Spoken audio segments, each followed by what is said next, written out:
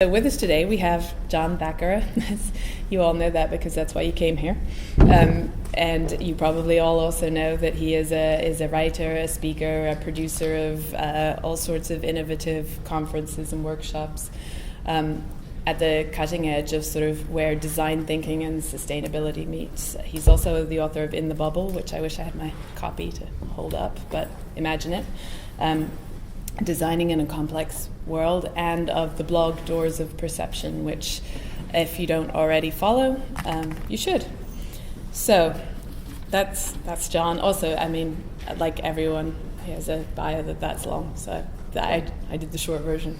But we will hear hopefully about some of the rest of what he's up to. I wanted to actually start with a question about what you're calling dark energy. And what you mean about it. There was an intriguing post on Doors of Perception with a suggested reading list, and you sort of explained through that your idea of dark energy.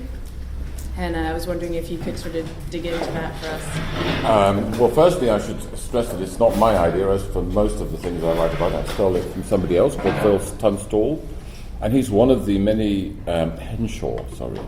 something else. It's a cricketer, Phil Henshaw is a physicist who writes about what he calls systems energy assessment, but basically the proposition is that in general, when we're thinking about buildings or products or systems, we wildly underestimate their true cost to the world, to the planet, and to everything else. There is a various tools such as life cycle assessment, which enables people to look at something very precise like the materials in a building and say how long will those things last, but even that leaves out where the materials came from and what happens after they're not used. What Henshaw discovered was that if you look around the supply chains of increasingly globalized phenomena such as buildings and companies, in general you have 5 times more energy being used by the thing, the system or the ecology, than is ever measured by anybody else. So therefore the cost is either lost in the kind of midst of the crisis, or is something which is going to come back like many things and bite us in the back if we don't take it seriously. So he calls that whole subject dark energy, as in not seen, not counted, and therefore not thought about. And would you, in thinking about it for designers, this uncounted energy that isn't factored into the design, are there ways for designers to factor it in, essentially? Well, that's a rather big question. I mean, I did this reading, and I prepared that reading list, which I do warmly recommend because it's at least a week old, because I had to go to this conference in Philadelphia on my way to New York on the subject of architecture and energy, where they are in the beginning stages of a big project called GPIC to explore what it would mean to retrofit all the major buildings of the US in some yet unspecified way in order to make America energy independent.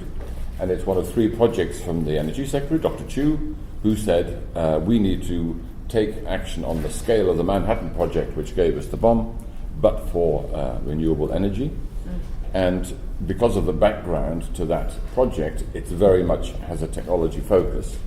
And I'm pretty convinced that it's not going to be very effective because of that precise fact that everybody's expecting something technological to be done, but because of this sort of dark energy phenomenon whereby there are so many aspects to the energy footprint of anything that just adding machines, like that building there is a very good example, all that kind of kit on top of it is just a tiny part of the way that building exists in the world, because there are the people who supply products and services and so on. So dark energy is not so much a thing that designers can do anything with or against. It's just a reminder that the problem is not really about attaching very expensive gadgets on the top of buildings. It's more to do with changing the way that we exist in the world. And that's harder and softer and more complicated, and therefore poses many difficulties. Agreed. And perhaps involves designers, would you say, shifting their focus further down the supply chain or along the supply chain? Well, I have taken to calling myself an optimistic doomer, because I don't actually think there is. I can't think of any circumstances, and it's been absolutely amplified by reading, mathematicians who say it's mathematically impossible for an economy to grow to infinity. Physicists who talk about thermodynamics, systems theorists who say that systems cannot remain stable to infinity, particularly when you're pumping energy into them. So there's all sorts of different ways in which the presupposition that it will go on growing to infinity just doesn't make sense in any way.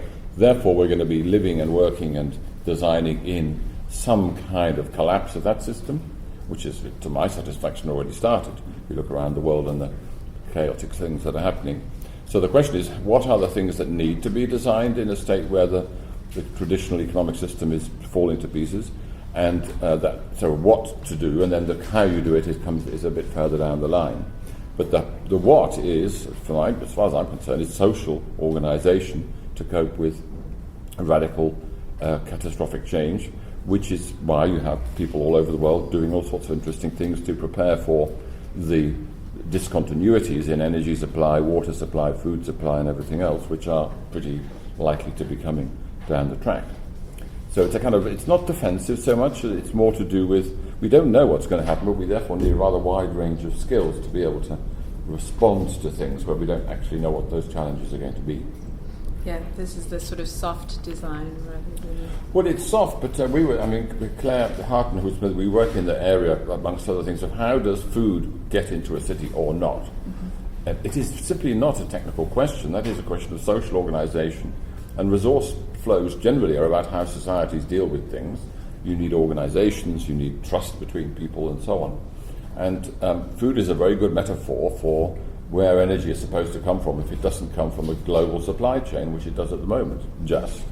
So once these global webs of supply start to fall to pieces or malfunction, then we have to get food from somewhere else. And then you look at, historically, we got it from somewhere reasonably near to where we live, and that requires all sorts of people, if not to become farmers, then to get used to working with producers in a reasonably kind of intimate and kind of personal way, rather than going to the supermarket, which simply isn't going to have, for the rest of time, food in it. One thing that I think is, food is a particular topic of mine, obviously. So one thing I think is always interesting in the feeding the future debates is that the people who are on the side of a technological solution, such as genetic modification and so on, always end up with their trump card being scale. And the impossibility of scaling up these small, by their very nature, small-scale local solutions. So I am curious as to what you would say to one of the scale kind of brandishing. We can't feed the world this way, people. Two things. One is that it's not that scale is irrelevant. It's just that the way that many of the policymakers and people in very abstract worlds think of scale is that they can't deal with lots of little experiments. They need large integrated solutions because they have a large problem. There's an English writer who sadly died called David Fielding, who wrote a fantastically amazing book called Lean Logic, which is filled with examples of this exact question of scale. And the way he puts it is that the solution to large-scale global problems is not large-scale global solutions. It is a multiplicity of small interventions within the framework of knowing what the large-scale problem is. In other words, we need millions of small experiments at a local level that know that they should be on the lookout always for connecting to other people doing similar things, but that it's not some magical global entity will come up with a global food policy. It just doesn't make sense on that basis. And the trouble is that there's a lot of policymakers think we need something big, and the foundations, the Rockefellers and the big programs, they have the same exact logic, because too many of them have been to business school and have been taught that you need scalability and global reach. Otherwise, it's just not worth your time to be involved. Well, so if I accept that lots of the solutions are going to have to be small scale and local, by definition, otherwise they're not solutions, then my question would be, and again, this is for me, always kind of filtered through the lens of food, because that's what I write about. But you see in small-scale solutions, and I think all of us will have experienced this, an incredible amount of creativity and hard work. And you also see a lot of redundancy, people solving the same problems over again, people struggling to connect to the resources that would be able to make them more effective. And also even competition, for resources within multiple shades of the same small-scale solution. Is there a kind of design thinking solution to that? Is there a framework to make these small-scale local solutions their most effective selves? Well, I used to be absolutely obsessed by this terrible word knowledge management and how evil and bad it was that we should have people trying to do the same thing in different locations. Yeah. I'm now completely of the opposite point of view. I think we need lots of diversity, overlap, confusion and contradiction, because that's how nature and reality works. And a tremendous amount of effort is wasted by well-meaning people trying to make a global database of farming solutions, which by their nature are used by, if at all, by a small number of academics and policymakers, but not by farmers. And the way that people exchange knowledge about why doesn't my carrot grow is, at the moment it doesn't grow, they say, who knows about carrots? Let me find somebody who can tell me. And then you kind of have a social process whereby so-and-so knows all about sick carrots, go and ask her. And the problem is that institutions look for institutional frameworks which aren't always appropriate. This is not to say we can't be creative about sharing knowledge, it's just that we have an unreasonable expectation that some kind of global brain can be created to get us out of this mess, but I don't think global brains are a good strategy for feeding people. That's interesting. Within this sort of framework, where do you see the designer's work fitting? Is it within the small-scale local solutions? Is it within the sharing of knowledge? What are the roles for the designer? I think they're just basically infinitely varied, and I don't therefore know that I don't have a formula called, yes, so you're a kind of graphic designer, you should go and design menus in a food kitchen. Yeah. I don't think it's like that. I think what happens is that, and we had a conversation last night with a group of people at Pratt. Somebody said, well, I'm an unemployed graphic designer, what shall I do? And I said, I don't know. The only thing I can suggest is you go into your city or go in a sort of 1 mile radius of where you live, find the social projects which absolutely for certain are happening there, and ask them, what's going well, what's going badly. Could you use some help with, and what do you do? I'm a designer. 9 times out of 10 people will be thrilled to meet a designer. That does not solve the minor technical problem of getting paid, but that's just, that's where you get into the post-money economy, which is not quite here yet. But in terms of there is a gigantic amount of work to be done. It's just go to any project. Things are not well presented, not organised. There's 101 things to be done, obviously. Yeah. I've got a question about narrative and how these are framed. There's an interesting but sort of almost like a sense of humor sort of op-ed in the New York Times. It was called Moonbase Gingrich, and it was about Newt Gingrich's plan to, hypothetical plan to have a U.S. moon base, and that it could even become the 51st, maybe 52nd state after Puerto Rico. What it says in the article is just kind of interesting in that, in order to have such a moon base, you would need things like everyone would have to grow their own food. They'd have to be totally sustainable on a water level, so they'd be drinking a lot of gray water. They'd be processing all of their waste. They'd be, organized in a way that basically makes it into sort of the lefty fantasy that Newt Gingrich is adamantly opposed to here on Earth.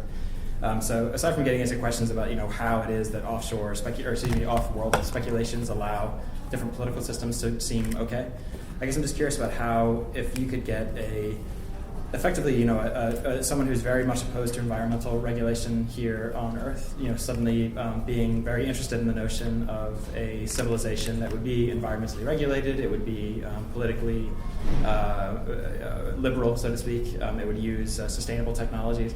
How does one pitch those exact same technologies for human beings in a contemporary country like the United States or the UK for that matter, and have it not be seen as this threatening political other that is looking to radically remake life, and it is in fact just it's like using hot and cold taps. It's just a technical difference that allows us to get by. Well, I think we should send Newt Gingrich to the moon and leave him there and let him And report back and tell us about his progress. I mean, you must have met people from Biosphere 1 and 2 that have done this on Earth. I mean, there's people for 30, 40 years that said, we just need a controlled environment in which we can kind of, not waste things and everything is in closed-loop systems. But what they've discovered is that there is no such thing as a closed environment because all sorts of things that cannot, by definition, be anticipated come to disrupt it in some way. And also, a closed environment is one that can't adapt and evolve to whatever changes in its context. Therefore, it's not a resilient entity. So I have no wish to live in a biosphere on the Earth or anywhere else, with or without Newt Gingrich as a neighbour. But I think that I do understand that people are looking for control-based solutions. We have a problem of pollution, we have a problem of waste, problem of resource efficiency. We should use our manifold managerial skills to get the damn thing under control and stop it happening. But I think resource efficiency is a social process and not a technical one, and therefore the kind of control freaks of the policy and in business world, they're just not the right ones to do it.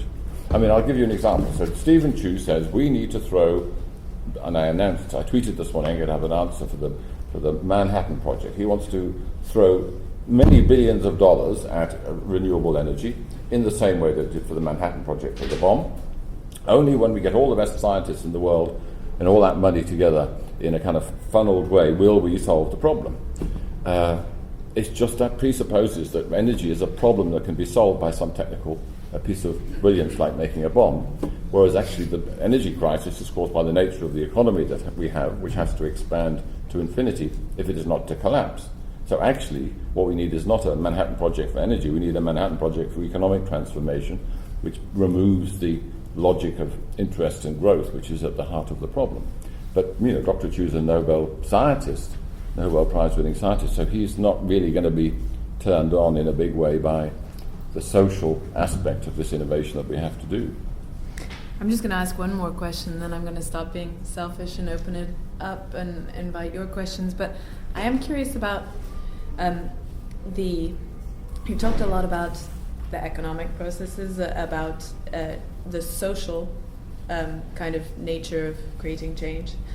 I'm curious also about designers working with nature, and I have in my hand, which I'm looking at and you guys can't see, it's a sort of a short outline for a BioCity workshop that you're going to be leading, I think, in Istanbul. Mm-hmm. Was that right? It is. And the thesis, if I'm understanding it correctly, is that the engine for development in the city of the future is nature, rather than these inputs of sort of heat and other resources that are unsustainable, carbon-based resources.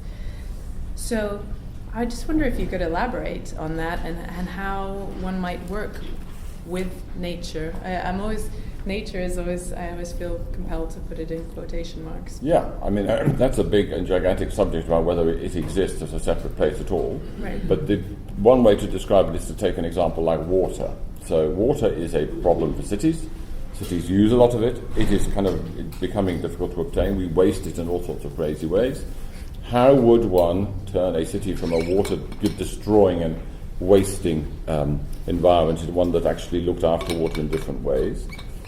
And none of this is my intuition. I've just talked to a lot of people in the world of water, and they have a whole range of models called sustainable urban drainage, for example, where the two principles are: let the water be used where it falls, and secondly, do not use any energy to pump it from one place to another using electric pumps. And the pumping of water over long distances is one of the major energy costs for any city. 20% in average is managing water using pumps of one sort or another, which are used based on, for the most part, fossil fuels.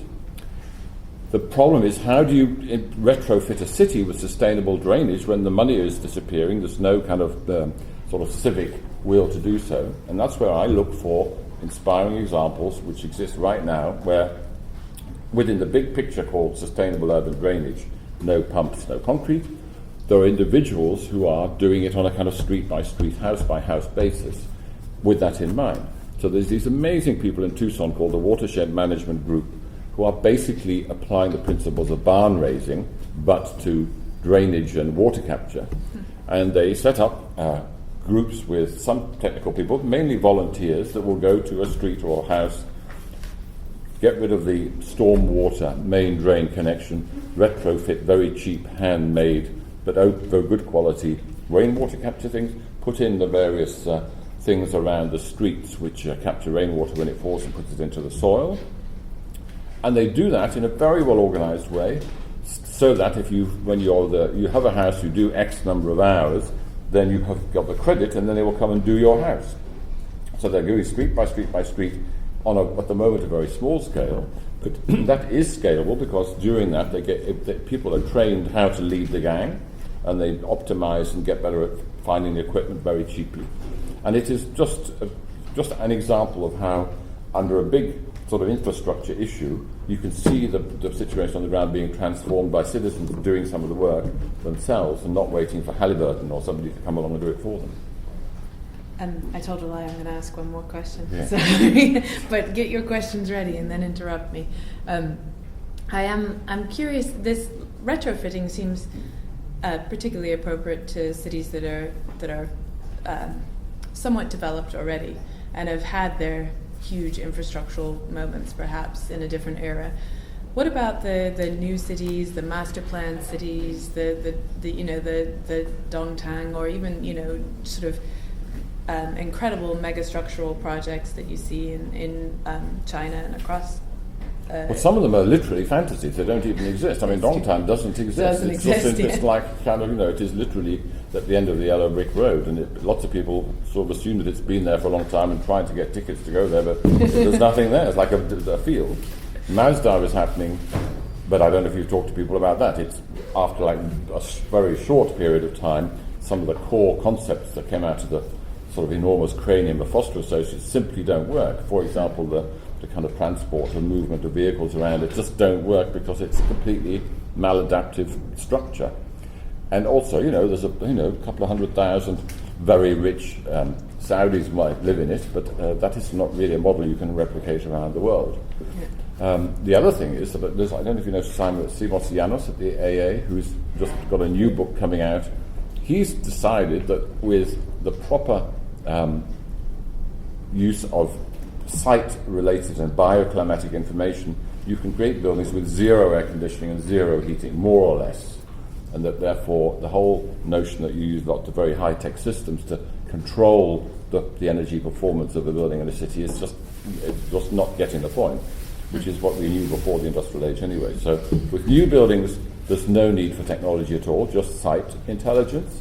And with the but then the problem is that most of the buildings are not going to be new, and therefore what do we do about them? And I haven't figured that bit out yet. I think that is the complicated story. Yeah. I guess what I was curious about is, are megastructures inherently is that the direction that these giant new cities should be going in, with a master planned, eco-friendly solution, or is that inherently doomed to replicate some of the mistakes and errors that we've seen in? Well, as a fully paid up doomer, I don't think they're going to get built because the resources and money are simply not going to be there to build them, not except a few obviously, but it's not a kind of viable way for the world. Yeah. And the more importantly is that most of the megacities are a core of rich people, and then a gigantic sort of donut of the so-called underdeveloped poor, the favelas and the shanty towns. But that is where people now today are very, very expert at managing with modest resources. We did a project in Delhi about water quality in Delhi, and a guy called Christoph Bersch has a brilliant system for using €2 water testing kits, and can do a whole city water quality thing in one day, which takes the kind of FAO like 2 years. To cut a long story short, the best quality drinking water in Delhi is in the worst of the slums, because they know by being directly next to the problem that if they make a mistake, they'll be dead, or their children will get sick. Whereas in the worst water in the whole of Delhi was in Delhi Central Hospital, because that's where they had a gigantic organisation. Nobody was responsible for the water, and they just went and they dipped their kind of little stick in it and started pulsating green or something.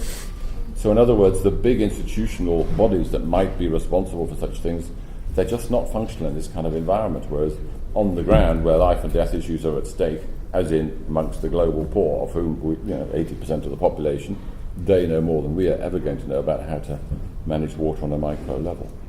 Which is not to say it's optimized, but it is to say we should start there and then go and talk with them about what can be fixed and improved and made better than it is now.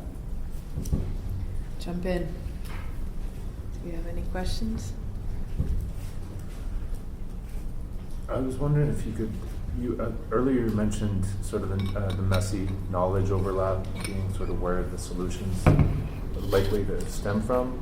Then you also sort of countered with the global brain is not the strategy that we should be adopting, and how you sort of would consider crowdsourcing to fit within there, where it's sort of organized, messy knowledge coming together, but still that essentially becomes a global brain. So how do you sort of differentiate between those? Well, my personal prejudice is that a brain that thinks that it's not attached to a body is not a very clever brain, and which is somewhat of my problem with this whole singularity kind of crowd. Is anybody from the singularity here? My line is that the singularity, basically, there are terribly intelligent people who think that they will be part of this global brain, and we are basically the body, or sort of kind of tromping along without them. We mustn't deviate. I think that knowledge that is not context specific is not terribly useful in many cases, if not all.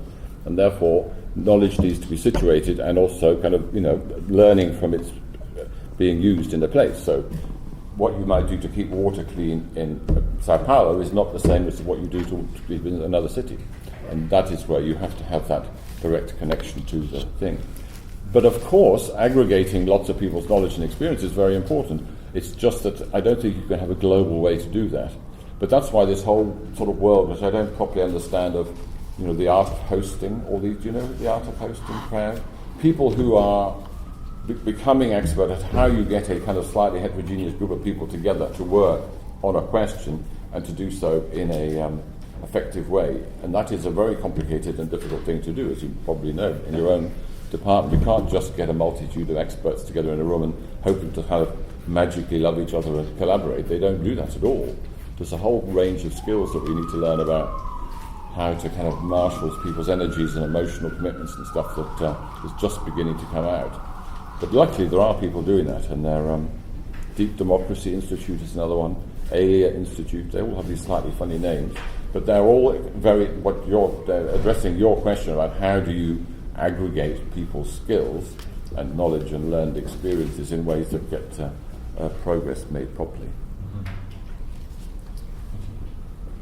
What do you imagine as the economic structure and the economic providers of the post-part of the world? And do you imagine that it would be post-growth too, that it would be a steady-state growth? Well, I think there's probably two things. I do think that I can't imagine any conceivable economy that is based on growth in order to survive, like the one we have now. It's just simply, as I said, you should read this bloke, Tom Murphy, who has done a very good one. They're all very dry, these kind of doom at peak oil physics people. He says you can improve efficiency a lot, but you cannot improve it to infinity because it's a contradiction in terms, and therefore you're going to end up with a physical constraint on the growth of economy which has to grow.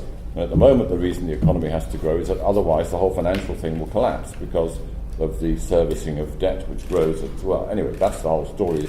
We have to connect energy and money and growth together. They're not separate issues for different departments.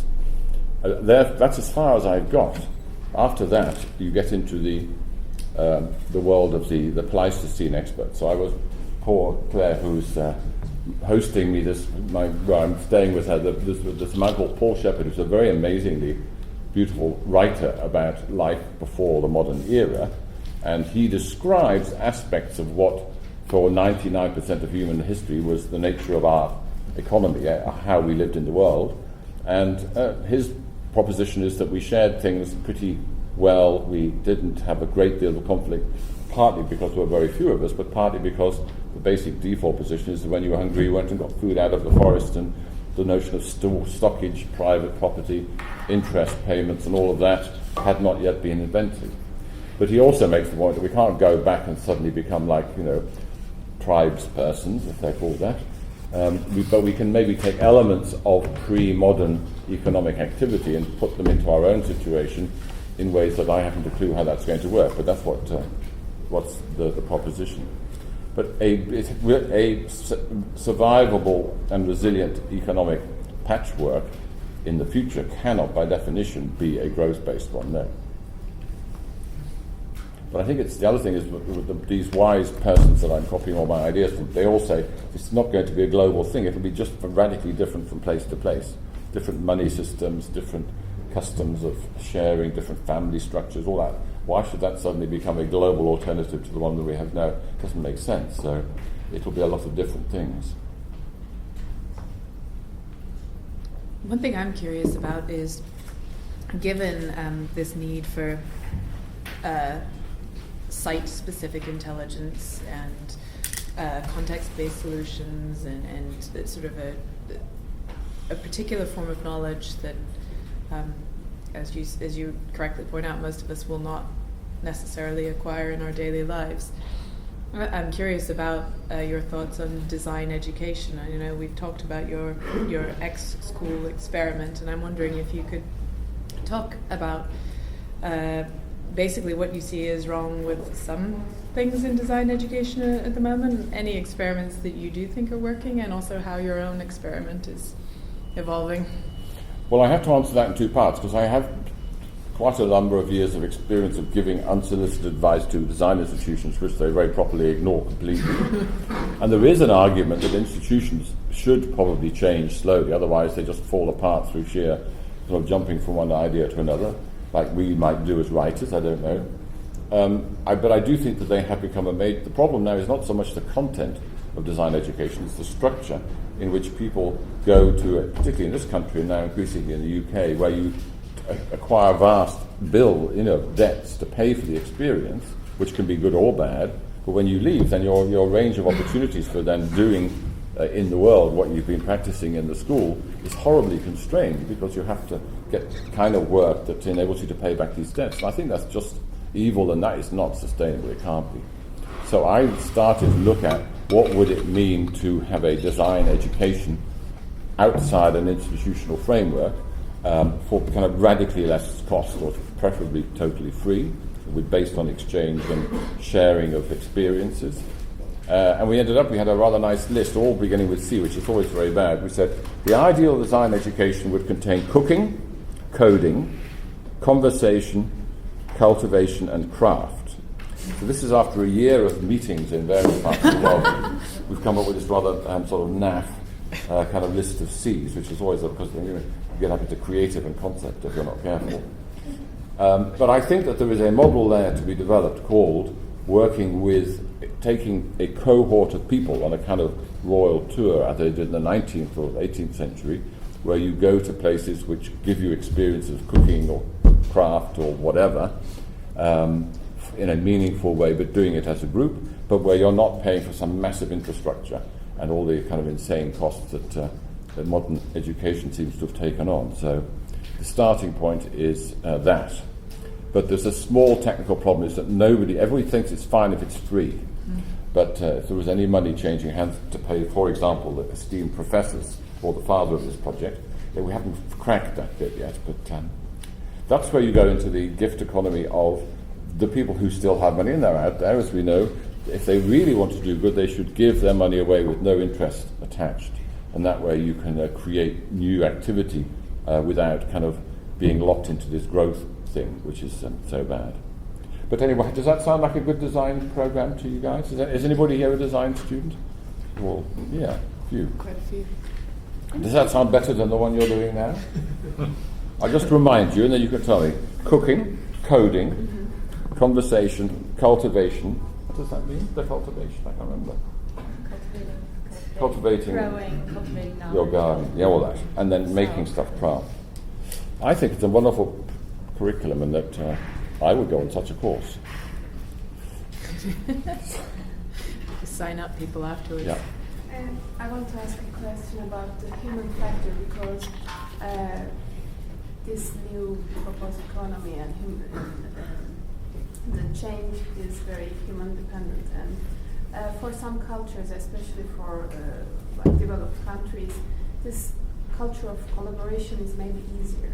But for some cultures, like skepticism and other blocks, are like threatening this kind of systems. Especially, I'm from Istanbul, I'm from Turkey. In my culture, I can see the difficulties. How do you see this kind of problem from this side?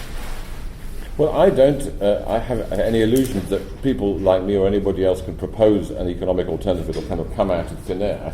I don't any longer believe that changes in consciousness are what cause change. I think change is caused by material change in the world. For example, the laws of physics, which determine you cannot have an infinite supply of intense energy, and when the energy starts to become in short supply and or expensive, then the material basis of the economy changes, and with that, what we do in the economy, and therefore our ideas about it. It's not cause and effect. And that I have in my own life, never mind in looking at history, I'm completely satisfied that cooperation and collaboration is the way that people tend to survive when they're in a difficult situation.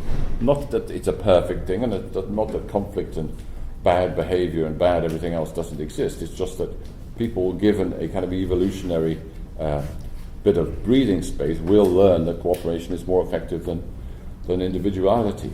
And our bit of the last 50, 80 years of radical individuality is a tiny, tiny, tiny amount of the bigger picture of human history. It doesn't answer your question about, if you're living in a stressed environment like your country with all these kind of the stresses of modernization. I don't have any illusions that you can just say, everybody cooperates, it'll be fine. It's just that when I get to travel a lot, the cooperation that I see working is where people are responding to immediate necessity. If we don't collaborate, we won't get food, or our kids will be in danger, or we won't have anywhere to live. Stuff like that. That's where people learn by practice that some forms of collaboration just work. It's not a lifestyle choice. It's a response to necessity, I think. Especially for the countries like formerly communist countries, when we also have classmates from Russia, and for them, for such a long time, these concepts were like seeing a ghost, because they were just over that era and they were just starting the new things. Of course, they cannot refuse all the positive sides, but for them, it's really like, oh my God, don't tell me about this sharing. And that's good. No, I know, and that's absolutely true of many of the Eastern European countries, and you can tell them to read. But there's a guy called Alexander Chayamov, who was one of the great theorists and historians of cooperation, who was killed by Stalin because Stalin didn't want it to be known that there could be a positive side and much more free and sort of emergent form of cooperation.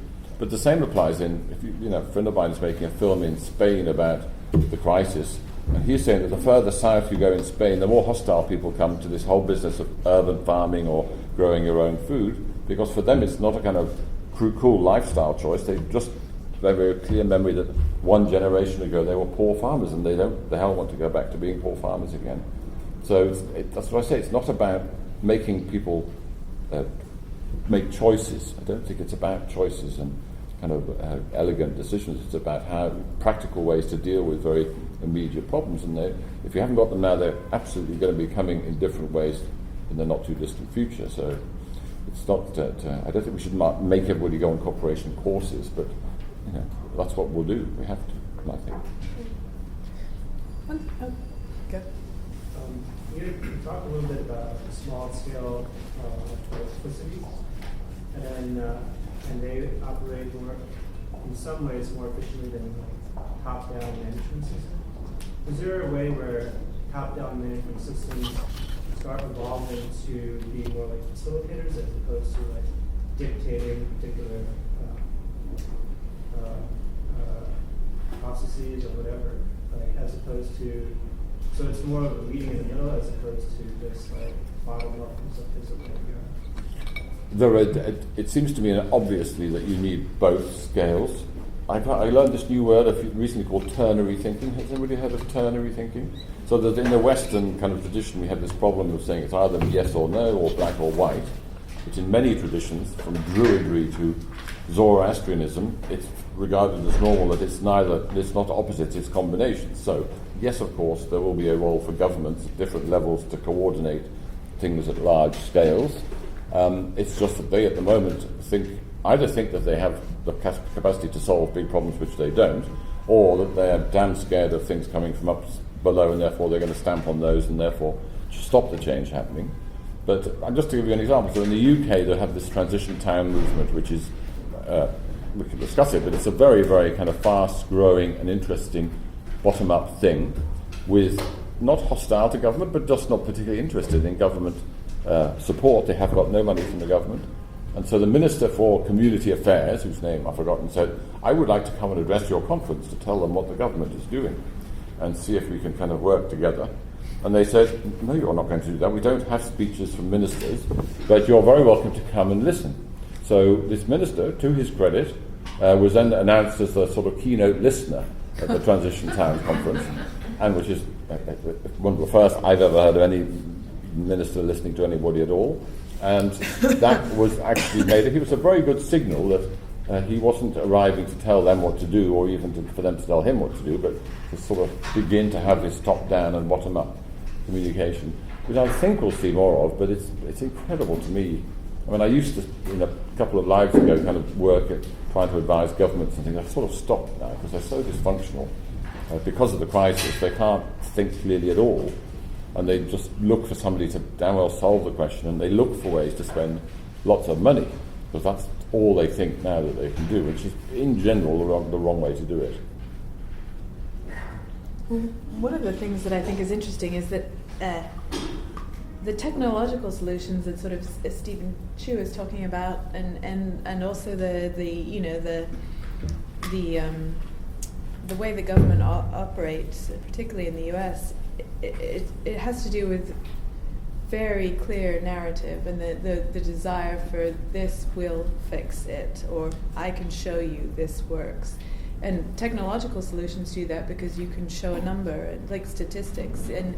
And one thing that I'm curious about is if you're sort of deliberately saying that a messy system is what we want, how do you frame it as in compelling terms as an effective system then, or even communicate it at all? I don't know if I'm saying we want a messy system. I just think that systems emerge and change continuously in response to their context, and if they don't do the job that systems do, then they fall to pieces or they disappear.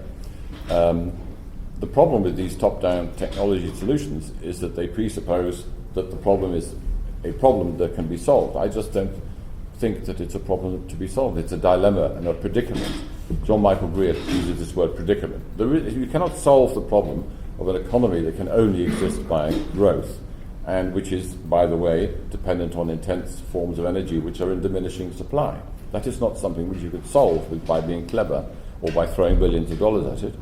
You can observe that this is not going to end in a kind of calm landing and say, okay, what are we going to do to prepare for when the shit hits the fan in different ways, with the fact that you can't fix it with technology. Of course, technology can be part of it, but only a kind of relatively small part of it, I think. And all those billions that go to, even if there was some kind of piece of kit that could do a lot of the work, just the fact of throwing billions of dollars at it it'll be like Afghanistan. The money will just disappear into thin air, and nothing will be. There's no history of any kind of Western government being able to do big projects in an effective way when it's done from the top down. Unless it's socially owned, it won't kind of be embedded. It'll just kind of be wasted. So it'll get the worst of both worlds. I just have a question about clientele. I feel like one of the things with this kind of design or design thinking and in terms of these problems is that I think it's the easiest thing in the world to convince like community organizers or Occupy protesters or left-wing activists that they need to recycle gray water, or they need to form together in community groups to accomplish certain political goals. But how do you convince, say, a small-town Christian evangelical family in Iowa who voted for Rick Santorum but would be totally happy to share water with their neighbor as long as it's done on Christian principles and it's it's everything but Portland, Oregon, which is the kind of it's exactly what people want to avoid, even though it's you can get to the same place, but you can do it under sort of like Christian homeschooling. My question is like, how do you design for that clientele? How do you reach a totally different type of person in the United States or globally who politically or theologically or economically, for that matter, might reject the notion that we're going to all get together and have a vegan potluck, but we might have a different type of potluck as long as it's in the name of the local church.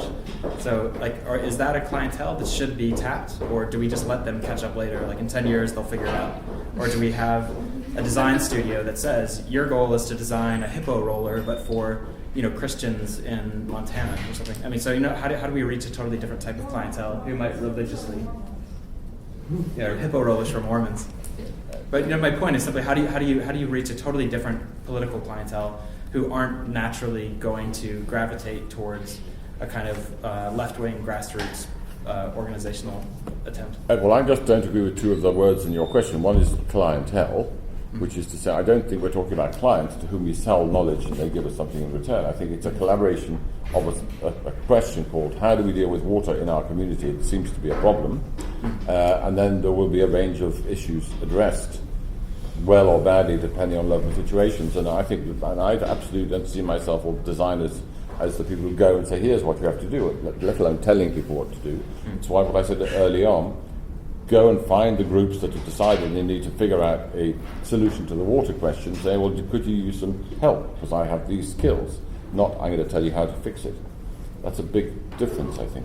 But there's a disconnect, I think, sometimes between site-specific intelligence and the problems you can see in your own community, and then the problems that you are creating on a global scale that are invisible to you. Yeah. How do you apply this site-specific intelligence to tackling?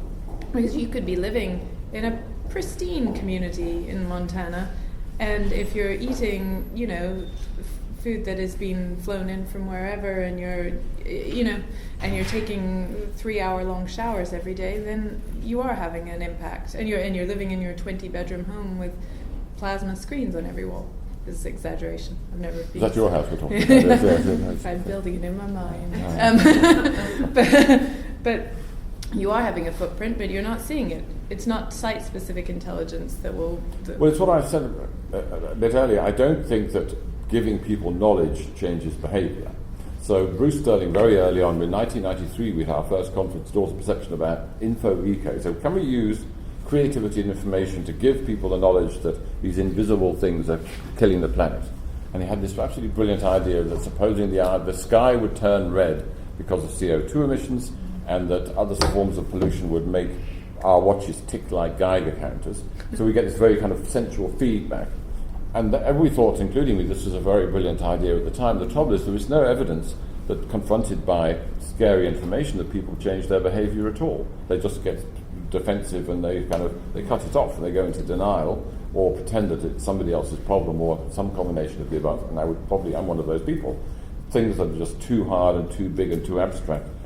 Therefore, you have to turn it into what is your sort of family or community, what practical pressing needs does it have? And that's why I'm afraid I don't think it's that we're going to have some kind of enlightenment or a re-enlightenment and all start behaving in a very light way. We're going to have a kind of breakdown of the systems that we now regard as inevitable. We discover they're not inevitable, then we have... if you go to Beirut or Baghdad today, they have the power comes on and off from time to time, but they don't have power all day long. They actually have very disrupted systems that we would regard as a disaster if it happened to us. My favourite example is when we do conferences in India. Sometimes the power goes off in the middle of the day just because the power is intermittent. And the foreigners amongst us with their PowerPoints and their kind of practice kind of story stop and say, oh my God, the power's gone off. Well, I can't do work without my PowerPoint presentation, and basically are discomforted in a major way. Whereas the Indian speakers just carry on speaking a bit louder in the pitch darkness and carry on with their story because it happens to them all the time, and you think, well, that's resilient speech making. And actually, we've now 2 or 3 times decided to have a conference in the pitch dark because then you get no reliance on slides and no reliance on amplifications. It's quite nice. It's like being in a tent. I don't mean to be facetious about it, but I mean, yeah. Yeah. So you talked about the psychology of the red sky, kind of freezing people and pushing people to cling to a denial in a way. And I think what Stephen Chu is doing with his advocacy of technology as a solution is to try to offer something that people can cling to that's like a positive point for change. So whether he, as this very brilliant man, truly believes deep down that technology is going to solve all the problems, I'm not sure. But it seems like he's kind of putting this out there as something for communities to cling to as a positive motivator. And I was wondering if there's something like that in your mind for this more social movement that you're seeing.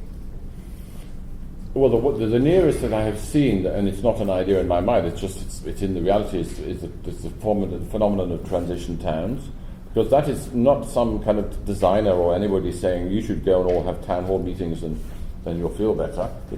It is pretty spontaneous, although there's some individuals who have a very, very good understanding of how to organize meetings in such a way that people feel included rather than excluded, and that people, for example, and not like people like us who spend our entire time debating and so on, are feeling empowered to be there and right to be there.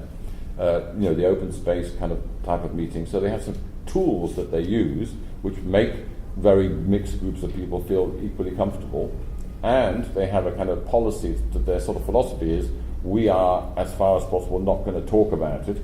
Our task is to look at the range of practical steps that we might take as a community and decide on one of them and do something, which is quite an important difference from what everybody else does, like we're doing now. We're all sitting around saying, oh my God, what are we going to do? If we were out there de-paving a bit of car park and planting a tree, I think that might be a better form of discourse, actually. And so what they do, it doesn't always work, and there's lots of groups that fall apart for the various reasons, but the fundamental thing is multiple voices. We don't expect them, they can have multiple faiths and religions and cultures can be in the same space, because that's the way the space is designed. And also, let's just take a small step, because that removes a gigantic amount of the fear that people have that, we're all doomed and there's nothing we can do about it. Planting a tree is a tremendously therapeutic activity. I've done that, not much more, I have to say, but tree planting, we've got a tree, one thing has been done. And then you can say, okay, then now what do we do? And it's a form of movement rather than being kind of stuck in the headlights of this abstract Armageddon. Tree planting has been slightly ruined for me lately by this book that I'm reading. Jeff and I are co-teaching a course on mobile services. And so one of the things I've been looking at is sidewalk vending and sort of that micro-entrepreneurship of the sidewalk. And actually tree planting is used as a weapon against that. So business improvement districts who feel that sidewalk vendors are lowering the tone in some way and using their bathrooms without being customers, etc., will plant trees to sort of, then there isn't room. Now you can't have a vendor. This book, Stealth of Nations, this Robert Neuwirth, how do you say his name? You probably know. Neuwirth? Neuwirth, who wrote a book called Shadow Cities, and he's got a new book called Stealth of Nations. It's all about System D, the informal economy. Yeah. There's a whole chapter about the kind of necessity for street vending as a terribly light form of distribution and all the problems that you face. And I didn't know about the trees, but basically businesses feel that it lowers the tone, and so do municipal governments. It's a nightmare. They think street vending denotes poverty and lack of sophistication. We had, when we went to India for our food Doors of Perception event, it was quite bizarre. We all had people from all over the world went there mainly to go to the markets and see the street food. That was why we wanted to go and understand how it worked. And then we had this memorable day when the people from the Tokyo Metropolitan Government said, you must tell us, how do you get rid of street vendors? Because the Commonwealth Games are coming up in 2 years' time, and we want them all out of the way, and we want to present a clean city to the foreign visitors. And we said, no, don't do that. That's the opposite. We have come here, we want more. We want to have that back in our own countries. And they just didn't understand what we were talking about.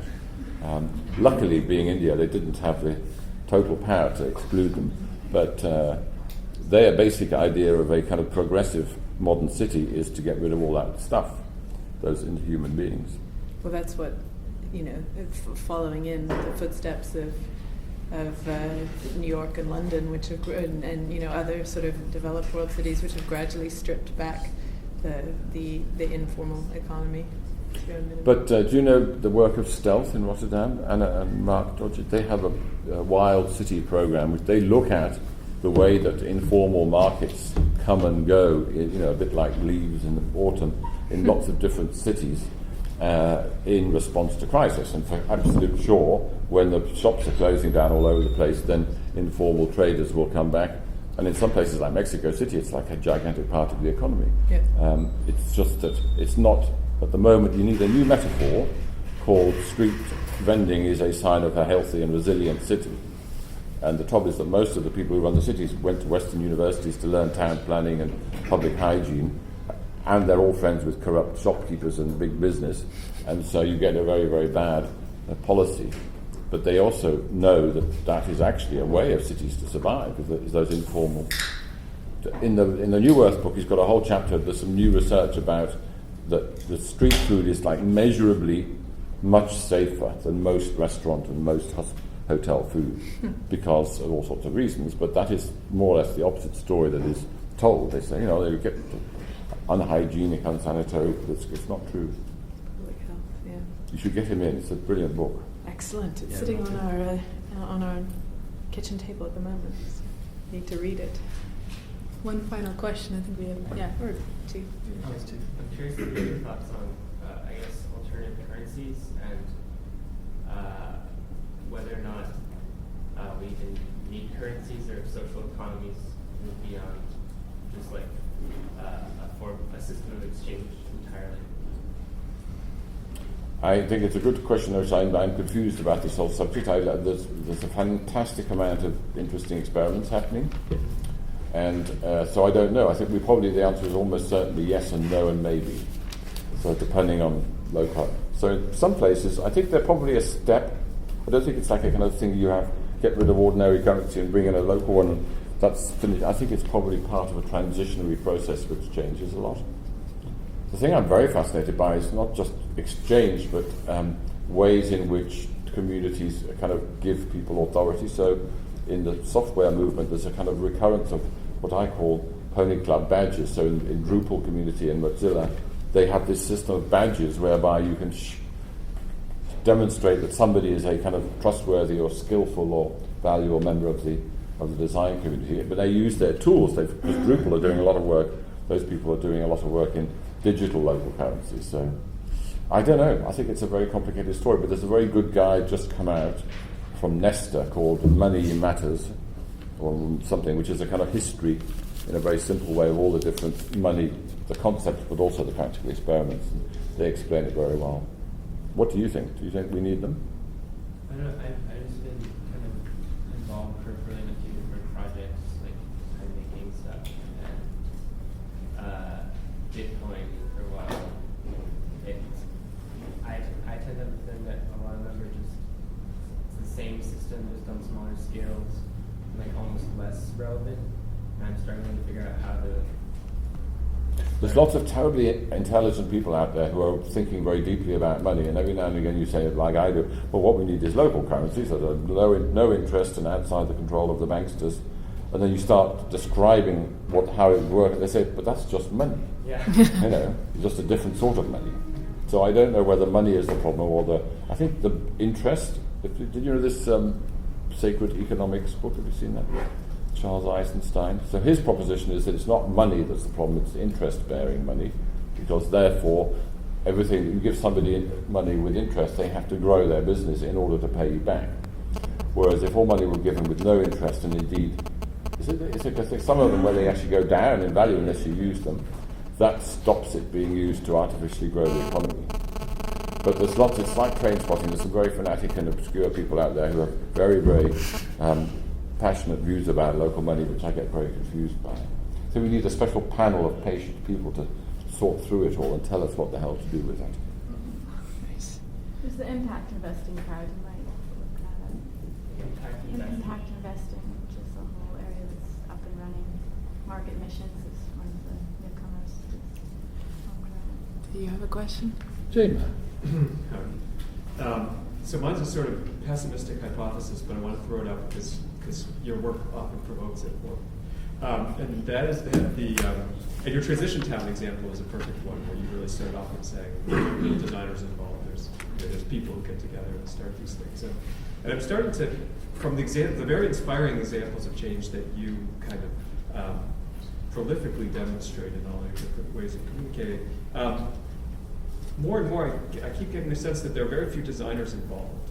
And that, so my pessimistic hypothesis is maybe designers are sort of uniquely badly prepared to create the kind of social change and social innovation that so many people want to see. That maybe the skill sets, the kind of universality of what they're taught, the generalizability of what they're taught is actually sort of anathema to this sort of change that they're looking to provoke. And so I'm curious as if you can sort of scan through the examples that you think of as the really shining ones, to think of places or situations where designers actually do play a profound role, or might there actually be? I mean, you're surrounded often by design communities who are desperate to play a role in this kind of change, but perhaps we have to think really differently about that role, because oftentimes it happens better without us. I don't think it's the skills that are mismatched. I think it's the expectations and the kind of business model that designers have got accustomed to over the last generation. That's the problem, i.e. that you will be in a highly paid job shaping something with lots of resources, in which your job is to make things shiny and perfect. I'm slightly exaggerating there. But the actual skills that designers have for it, the two things that I think designers have which are literally brilliant. Firstly is designers like things to work well, rather than not work well, particularly industrial designers. That is in the blood and the genes of a designer. And the other thing is that designers do not like leaving well alone. They will not say, oh good, that's done, I'll go and do something else. They fiddle all the time. And so that sense of being part of something which constantly improves, I think, is a very valuable contribution that designers can make. It's just that the power relations is like, if you go to a group of people who are probably not very clear about their story, they say, look, we've got a communal garden and here's what we're doing, this works well, that works badly. You then have to become quite skillful at extracting from that an activity that you can helpfully contribute on. And you can't just say, oh, I'm the designer, leave it to me, because I'm not sure that designers do that, but there's a slight tendency. The biggest thing is the word designer, because most people, if you say you're a designer, think that you're some kind of John Galliano type figure who's making expensive artifacts. And so I encourage people not to say too loudly that they're a designer, but then you have to explain they're not that sort of designer. You're a better sort of designer. Don't you agree? I mean, I don't know how many of you are designers, but the word itself is a real problem. So what words do you use? I've come to give you lots of money. Would you like to talk to me? You know, and then they say, I don't know what to say. Only kidding. I don't know. I think I live here. I think the words, I live around here and I saw what you were doing. So that's, I really like this garden. It looks a tiny bit, could use a better fence. Or, your box scheme comes in hideous kind of scruffy boxes. Wouldn't you like nicer boxes? Or your app doesn't work for me. So can I improve your app? I don't know. There's a million and one things to be done. Final question. It's actually just a comment really to follow that, so maybe it's not finished. But when you're talking about design, I guess I was thinking, I feel like design's been going on too long, designing products for market without enough sort of process of reflection and kind of working as its own kind of industry identity. And when you're talking about kind of innovation, which we're looking for, it's designers have learned to design, as you said, and learned to design because they're good at these particular things, but not good at the social, thinking about the social, or understanding how, like your example just said about these community gardens design to fix this design problem, but don't have the skill set to say investigate different audiences or groups or the uses, like knowing how to interact with anthropological questions to bring in the information you need to design the social picture.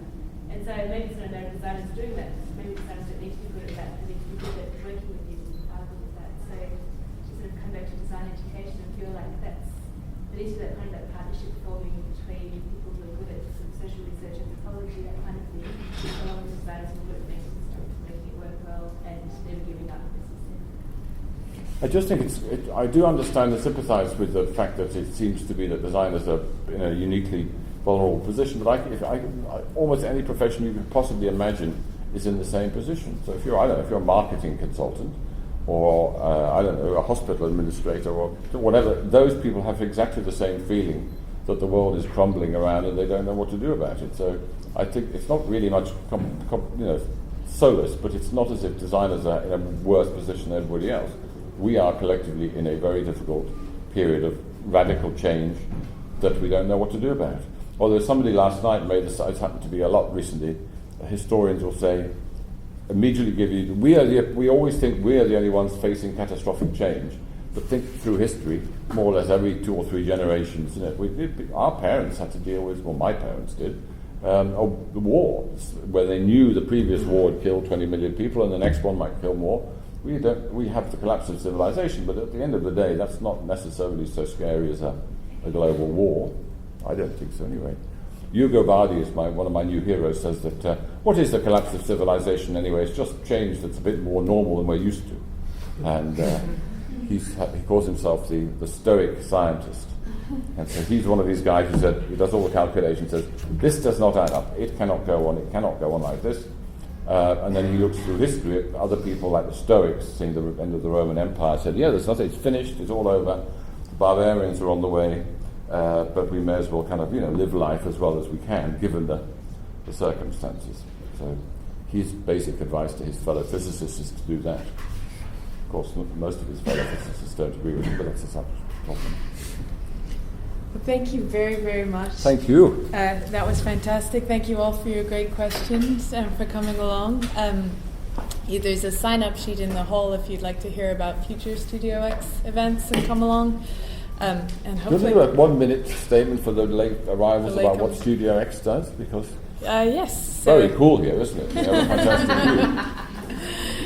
Innumerable opportunities for designers to do something here. But anyway, Studio X is part of the Columbia University Architecture Department's global network of, they call them sort of research labs, event spaces, workshops, galleries, spaces that are supposed to be a platform for a different kind of conversation about the future of the city. One that does not consist of architects just talking to other architects, but is much more heterogeneous and relevant for that matter. So yeah. And if you don't know, these two guys have some of the best blogs on the Webosphere. So building blog and edible geography are just really fantastic. If you don't know their work, so that's why I was so thrilled to come here, because these two are doing the most amazing work. So. Worth knowing about. Well, thank you, and for the latecomers, you should be reading Doors of Perception. Yeah, we should read everything that we do. So, thank you, and if I.